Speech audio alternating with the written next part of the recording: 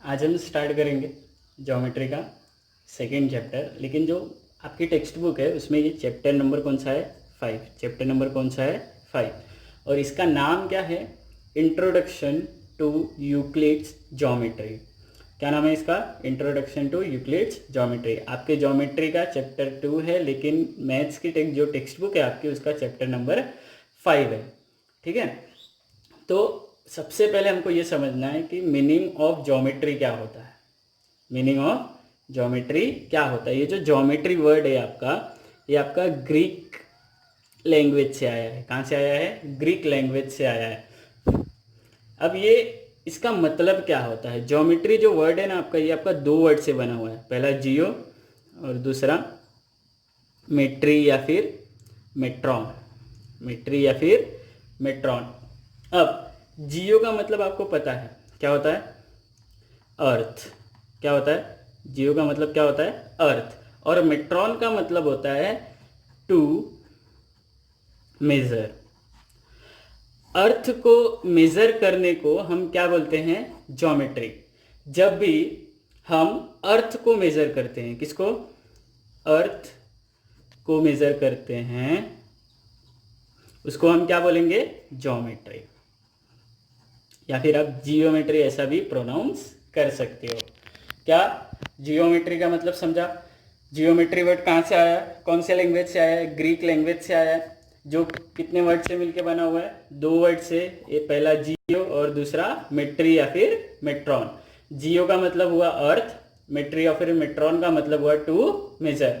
तो अर्थ को मेजर करने को हम क्या बोलते हैं? ज्योमेट्री। अर्थ को मेजर करने को हम क्या बोलेंगे? ज्योमेट्री। अब आपके मन में ये सवाल आया रहेगा कि सर, हमको ये जो सब्जेक्ट है या फिर ज्योमेट्री की ज़रूरत क्यों पड़ी? ये क्यों आया? Why this subject came into existence. अब ये जो सब्जेक्ट है हमको ये क्यों पढ़ना पड़ रहा है? बराबर है ना? तो उसके लिए हमको एक छोटी सी स्टोरी सुननी है।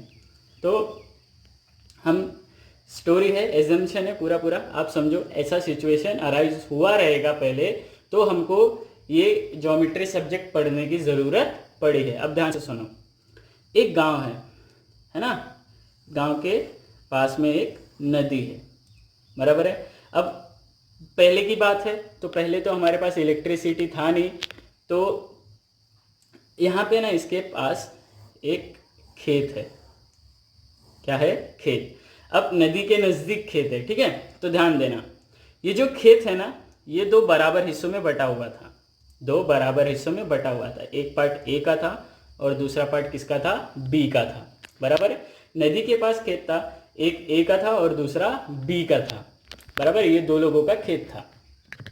एक साल क्या हुआ, ये जो नदी है ना, नदी, ये जो एरिया है इसके आसपास है ना, बहुत बारिश हुई। क्या हुई? बहुत बारिश हुई। तो ये जो नदी का पानी था पहले तो कम था, बारिश के पहले कम था, लेकिन जब बारिश हुई और बारिश बहुत ज़्यादा हुई तो क्या हुआ? नदी का पानी बढ़ने लगा। नदी का पानी क्या हुआ? बढ़ने लगा। अब नदी का पानी बढ़ बढ़ के कहाँ पहुँच गया? नदी में बाढ़ आ गई। क्या आ गई? नदी में बाढ़ आ गई। नदी में बाढ़ आई मतलब पानी ओवरफ्लो हुआ, और जो पानी ओवरफ्लो हुआ वो आसपास के एरिया में चला गया। अब ये जो पानी है ये आसपास के एरिया में, मतलब ये पूरा एरिया कवर किया रहेगा उसने। जो ये खेत है ये पूरा एरिया कवर किया रहेगा। अब हुआ क्या? ठीक है, ये जो बाउंड्री है, आउटर बाउंड्री है, ये तो मजबूत थी तो ये बच गई। लेकिन ये जो बीच वाली बाउंड्री थी ना, जो ए और बी के खेत को डिवाइड कर रही थी, तो ये जो बीच वाली बाउंड्री है ना, ये गायब हो गई। गायब हो गई मतलब इरेज हो गई। किसकी वजह से? बारिश की पानी की वजह से। बारिश के पानी की वजह से क्या हो गया? बाउंड्री इरेज हो गई। अब हुआ क्या? ये जो है ये थोड़ा चालाक निकला। चालाक निकला मतलब ये धोखेबाज था। इसने क्या बोला बी को कि मेरा जो खेत है ना, और वो जो बाउंड्री थी ना, वो यहाँ थी। कहाँ थी? यहाँ पे थी। अब बी अपने आप को कैसे सही साबित करेगा कि जो बाउंड्री थी या फिर जो लाइन थी दोनों, मतलब खेत के बीच में जो डिवाइड हो रहा था ए और बी का, वो यहाँ पे था। या फिर अगर समझो सिचुएशन यहाँ पे अराइज हुई उल्टी सिचुएशन, क्या कि ए कैसे बताएगा कि यहाँ पे मेरी बाउंड्री थी? बराबर है? अब यहाँ पे घाटे में कौन जा रहा है, घाटे में मतलब लॉस में कौन जा रहा है, यहाँ पे बी जा रहा है। क्यों? अब बी लॉस में क्यों जा रहा है? क्योंकि ए ने क्या बोला कि बाउंड्री यहाँ की बजाय यहाँ थी, तो ए का जो एरिया है वो बढ़ जाएगा, ए का एरिया बढ़ जाएगा। अब बी के पास ऐसा कोई मेजरमेंट तो है नहीं, बी के पास ऐसा कोई मेजरमेंट है नहीं जिससे वो क्या करेगा, वो ए को बताएगा कि नहीं मेरा इतना पोर्शन मेरे पास है, बराबर है ना, इतना जो पोर्शन है वो मेरा है। लेकिन अब यहाँ पे समस्या क्या आ रही है कि जो लोग स्मार्ट थे, जो लोग चालाक थे, जो लोग धोखेबाज थे और जो सीधे साधे लोग थे, उनको क्या किया, चालाक लोगों ने सीधे साधे लोगों को ठगना चालू कर दिया, है ना। अब जब ठगना चालू करेंगे तो इससे क्या होएगा, अब ये जो सिचुएशन है ये एक जगह तो नहीं हुई रहेगी ना, ये तो पूरे वर्ल्ड में अराइज हुई रहेगी। तो इस सिचुएशन से निपटने के लिए ये जो सब्जेक्ट है हमारा, ये कहाँ आया, एग्जिस्टेंस में आया। कौन सा सब्जेक्ट? ज्योमेट्री सब्जेक्ट हमारा कहाँ आया, एग्जिस्टेंस में आया, बराबर है। तो हमको ज्योमेट्री का मतलब समझा। ज्योमेट्री हमारा कौन किससे बना हुआ है, ग्रीक लैंग्वेज से आया है और इस दो वर्ड से बना हुआ है, एक तो जियो और दूसरा मेट्री या फिर मेट्रॉन। जियो का मतलब होता है अर्थ, मेट्री और मेट्रॉन का मतलब होता है टू मेजर। तो अर्थ को मेजर करने को हम क्या बोलेंगे, ज्योमेट्री। अर्थ को मेजर करने को हम क्या बोलेंगे, ज्योमेट्री। अब आप बताओ, सोचो कि ये जो ज्योमेट्री है इसका यूसेज कहाँ हुआ रहेगा, ज्योमेट्री का यूसेज कहाँ हुआ रहेगा। एक तो ये हो गया, खेत के केस में हो गया। अब आप देखो, अगर आप दो भाई बहन हो तो आपके घर पे अगर पापा एक कैडबरी लाते हैं, ठीक है, उसको दो पार्ट में डिवाइड करना है, तो जो बड़ा बच्चा होता है वो क्या करेगा, अगर उसको ज़्यादा खाना रहेगा तो, या फिर वो ये समझता है कि छोटा बच्चा चॉकलेट कम खाएगा, वो ज़्यादा खा लेगा तो उसके लिए अच्छा रहेगा, है ना, ये सोचते हैं ना लोग। तो क्या होएगा यहाँ पे, अगर बड़ा बच्चा क्या करेगा, देखो यहाँ भी आपका ज्योमेट्री ही यूज होएगा। बड़ा बच्चा क्या कर रहा है, इतना सा पार्ट किसको दे रहा है, छोटे बच्चे को, और इतना खुद रख रहा है। तो यहाँ भी क्या हो रही है, चालाकी हो रही है, जो कि हम हमेशा करते ही हैं। अगर भाई या बहन नहीं समझ रहा है तो हम क्या कर रहे हैं, यहाँ पे चालाकी कर रहे हैं ना। तो यहाँ भी अगर हमको पता है, छोटे बच्चे को पता है कि आधा क्या होता है, पप्पा ने क्या बोला, आधा आधा बांट लो। अगर छोटे बच्चे को पता है कि आधा इतना होता है तो वो जिद करेगा ना कि नहीं मुझे आधा चाहिए, मतलब आधा चाहिए, ये नहीं कि इतना दे के उसको बहका दे, हम भगा दे उसको। तो इसलिए हमारे पास भी ज्योमेट्री का नॉलेज होना इंपॉर्टेंट है। समझ में आया? ठीक है। अब हम आते हैं ये चैप्टर में क्या है, ये चैप्टर किस चीज के बारे में बात कर रहा है। अब ये जो चैप्टर है ये किसके बारे में बात कर रहा है, यूक्लिड के ज्योमेट्री के बारे में। किसके? यूक्लिड की ज्योमेट्री के बारे में। अब देखो यूक्लिड एग्जिस्टेंस में कैसे आए। हुआ क्या कि कुछ ग्रीक मैथमेटिशियन थे, एक ग्रीक मैथमेटिशियन जिनका नाम क्या था, थेल्स। ये थेल्स वही है जिन्होंने क्या किया था, जिन्होंने बताया था कि अगर ये सर्कल है तो इसको, जो इसका सर्कल का डायामीटर है ना, ये इसको बाइसेक्ट करता है। थेल्स ने क्या बताया था कि जो सर्कल होता है वो सर्कल का डायामीटर, क्या डायामीटर, ये सर्कल को क्या करता है, बाइसेक्ट करता है। ये भी हमको पता है, ये छोटी सी बात है, लेकिन जब इन्होंने बताई रहेगी तो ये बड़ी बात रहेगी, बराबर है ना। वो कितने साल पहले, अभी वो तो आप देख सकते हो, अगर आप गूगल करो तो आपको पता चलेगा कि ये कब आए थे कब नहीं आए थे। अराउंड 13th सेंचुरी के आसपास थे कुछ। तो ये जो ग्रीक मैथमेटिशियन थे, कौन, थेल्स, इन्होंने क्या बताया था कि ये जो सर्कल होता है इसको बाइसेक्ट कौन करता है, डायामीटर, बराबर है। ऐसे बहुत सारे प्रूफ्स थे, जो रिसर्चेस थे या फिर जो इन्होंने फॉर्मूलाज बनाए थे, प्रॉपर्टीज बनाए थे, किन्होंने, थेल्स ने। आपने इनका नाम सुना रहेगा, पाइथागोरस का। किसका? पाइथागोरस का। ये जो पाइथागोरस थे ना, ये थेल्स के ही क्या थे, स्टूडेंट थे।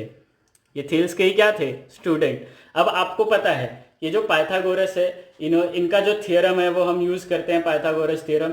तो आप सोच सकते हो कि इनके पास कितना ज्यादा ज्ञान रहेगा, कितना ज्यादा नॉलेज रहेगा। तो ये दोनों, थेल्स और उनके जो स्टूडेंट थे पाइथागोरस, इन दोनों ने मिलके जितने भी फॉर्मूलाज फिर प्रॉपर्टीज या जितने भी रिसर्च किए थे इन्होंने, मैथ्स के फील्ड में या फिर ज्योमेट्री के फील्ड में। अब एक बात याद रखना, ये जो ज्योमेट्री है ना, ये मैथ्स का ही एक पार्ट है। ये ज्योमेट्री है जो ये मैथ्स का एक पार्ट है। तो थेल्स और पाइथागोरस ने जितने भी फॉर्मूलेस, प्रॉपर्टी, रिसर्चेस जो कुछ भी किए थे, वो सब इन लोगों ने क्या किए थे, एक सही जगह पे इकट्ठा करके नहीं रखे थे, संभाल के नहीं रखे थे। सिर्फ खोजा हुआ, प्रूव हुआ, बस पता चल गया, लेकिन एक जगह पे नहीं था, है ना। अगर आपके पास कुछ सामान है, जैसे पेन है, पेंसिल है, इरेजर है, स्केल है, तो वो सब अगर आप एक पाउच में नहीं रखोगे तो आप ढूंढते रह जाओगे जब आपको ज़रूरत पड़ेगी। तो वैसे ही ये क्या था, इन लोग सब प्रॉपर्टीज प्रूव करते थे और वैसे ही छोड़ देते थे। तो हुआ क्या, एक मैथमेटिशियन थे, कहाँ के, इजिप्ट के। ये दोनों, ये थेल्स कहाँ थे, ग्रीक के थे। तो ये जो स्टूडेंट है ये भी कहाँ के होंगे, ग्रीक के ही होंगे। तो ये जो मैथमेटिशियन थे, कहाँ से, इजिप्ट से। ये कौन था, यूक्लिड। कौन था ये, यूक्लिड। इन्होंने क्या किया, ये दोनों की जितनी भी प्रॉपर्टीज थी, इन दोनों की जितनी भी प्रॉपर्टीज थी, उन सबको इकट्ठा करके इन्होंने 13 चैप्टर्स बना डाले। कितने, 13 चैप्टर्स में कन्वर्ट कर दिया। किसको, ये जो इनके जो फॉर्मूलाज थे, प्रॉपर्टीज थी, सबको इन्होंने कितने चैप्टर्स में बनाया, 13 चैप्टर्स में। ये जो 13 चैप्टर्स थे, इनको एलिमेंट्स बोलते हैं। क्या बोलते हैं, एलिमेंट्स। क्या बोलते हैं, एलिमेंट्स। इन्होंने एक बुक बनाई जिसको क्या बोला गया, एलिमेंट्स, बराबर है। थेल्स, पाइथागोरस की जितनी भी प्रॉपर्टीज थी उसको किसने इकट्ठा किया, यूक्लिड ने। यूक्लिड कहाँ के थे, इजिप्ट के थे, और थेल्स कहाँ के थे, ग्रीक के थे। एक बात याद रखना, ये जो है ना, दोनों कहाँ से हैं, ये आपके एमसीक्यू में आ सकता है एग्जाम में, कि जो थेल्स थे वो कहाँ के थे, और जो यूक्लिड थे वो कहाँ के थे, बराबर है। तो इन्होंने क्या किया, ये जितनी भी प्रॉपर्टीज थी उसको कितने चैप्टर्स में डिवाइड किया, 13 चैप्टर्स में। और इसकी जो बुक थी उसको हमने क्या बोला, एलिमेंट बोला। क्या बोला, एलिमेंट। बुक का नाम क्या आया, एलिमेंट। अब ये जो यूक्लिड है ना, यूक्लिड इन्होंने भी कुछ प्रॉपर्टीज दी। क्या दी, कुछ प्रॉपर्टीज दी, जिसको क्या बोला गया, एक्सियोम्स और पोस्टुलेट्स। मतलब ये जो एलिमेंट्स थे या फिर जो भी प्रॉपर्टीज दी इन्होंने, यूक्लिड ने, उसको क्या बोला गया, एक्सियोम्स और पोस्टुलेट्स। एक्सियोम और पोस्टुलेट्स का आज हम सिर्फ मीनिंग समझेंगे कि होता क्या है, फिर उसके बाद डिटेल में हम नेक्स्ट लेक्चर में पढ़ेंगे। क्योंकि अगर मैं यहाँ पे कंटिन्यू करता तो आधा ही मैं एक्सियोम एक्सप्लेन कर पाता या फिर आधा ही मैं पोस्टुलेट एक्सप्लेन कर पाता। तो इसलिए मैंने क्या किया, आज मैं यहीं तक आपको बताऊंगा। उसके बाद जो नेक्स्ट लेक्चर होगा उसमें हम एक्सियोम और पोस्टुलेट्स को डिटेल में पढ़ेंगे। अब एक्सियोम्स एंड पोस्टुलेट्स होता क्या है, अब देखो क्या लिखा है यहाँ पे, obvious universal truth. Universal truth, जो कि आप कहीं पे भी जाओ, वो हमेशा क्या होएगा, सही ही होएगा। आप कहां जाओ, अगर आपको भूख लगी है तो आप खाना खाओ, सीधी बात है। अगर खाना मिला तो ये ट्रूथ है ना, अगर भूख लगी है तो खाना खाना ही है। अगर आपको अच्छे मार्क्स चाहिए तो आपको पढ़ाई करनी पड़ेगी। आप इलीगल तरीका नहीं अपना सकते कि चीट लेके जाएंगे, फर्रे बनाएंगे, हम पास हो जाएंगे और गवर्नमेंट पास करेगी, हर बार कोरोना वायरस नहीं आने वाला है, बराबर है। तो आपको पढ़ना पड़ेगा। तो यूनिवर्सल ट्रूथ, तो उसको हम क्या बोलते हैं, एक्सियोम्स एंड पोस्टुलेट्स। तो ये जो ऑब्वियस यूनिवर्सल ट्रूथ है, इसको दो पार्ट में डिवाइड किया गया, एक्सियोम और पोस्टुलेट। किस में डिवाइड किया, एक्सियोम और पोस्टुलेट। किसने किया, यूक्लिड ने। किसने किया, यूक्लिड ने, बराबर है। तो ये जो इंट्रोडक्शन है, अगर हमको ये समझ में आया तो नेक्स्ट लेक्चर में हम क्या करेंगे, क्या पढ़ेंगे, एक्सियोम्स और पोस्टुलेट्स। तो हमने क्या समझा, ज्योमेट्री का मीनिंग समझा, ज्योमेट्री क्यों आया वो समझा, फिर थेल्स के बारे में समझा और पाइथागोरस के बारे में। थेल्स कहाँ के थे, ग्रीक के, और पाइथागोरस कौन थे, थेल्स के स्टूडेंट थे, बराबर है। और थेल्स और पाइथागोरस के जितने भी फॉर्मूलास, प्रॉपर्टीज थे, उन सबको इकट्ठा किया किसने, यूक्लिड ने। यूक्लिड कहाँ के थे, इजिप्ट के। यूक्लिड ने इकट्ठा किया उसको किसमें, 13 चैप्टर्स में। और 13 चैप्टर्स को जब उन्होंने बुक में कन्वर्ट किया तो उसको क्या बोला गया, एलिमेंट, बराबर है। और यूक्लिड ने भी कुछ प्रॉपर्टीज दी हमको, जिसको हमने क्या बोला, एक्सियोम्स एंड पोस्टुलेट्स। एक्सियोम्स एंड पोस्टुलेट्स जो कुछ ऑब्वियस यूनिवर्सल ट्रूथ है, ऑब्वियस यूनिवर्सल ट्रूथ है, उसको दो पार्ट्स में डिवाइड किया गया, जिसको हमने क्या बोला, एक्सियोम्स एंड पोस्टुलेट्स, बराबर है। तो बाकी एक्सियोम्स और पोस्टुलेट्स के बारे में डिटेल में हम लोग नेक्स्ट लेक्चर में पढ़ेंगे।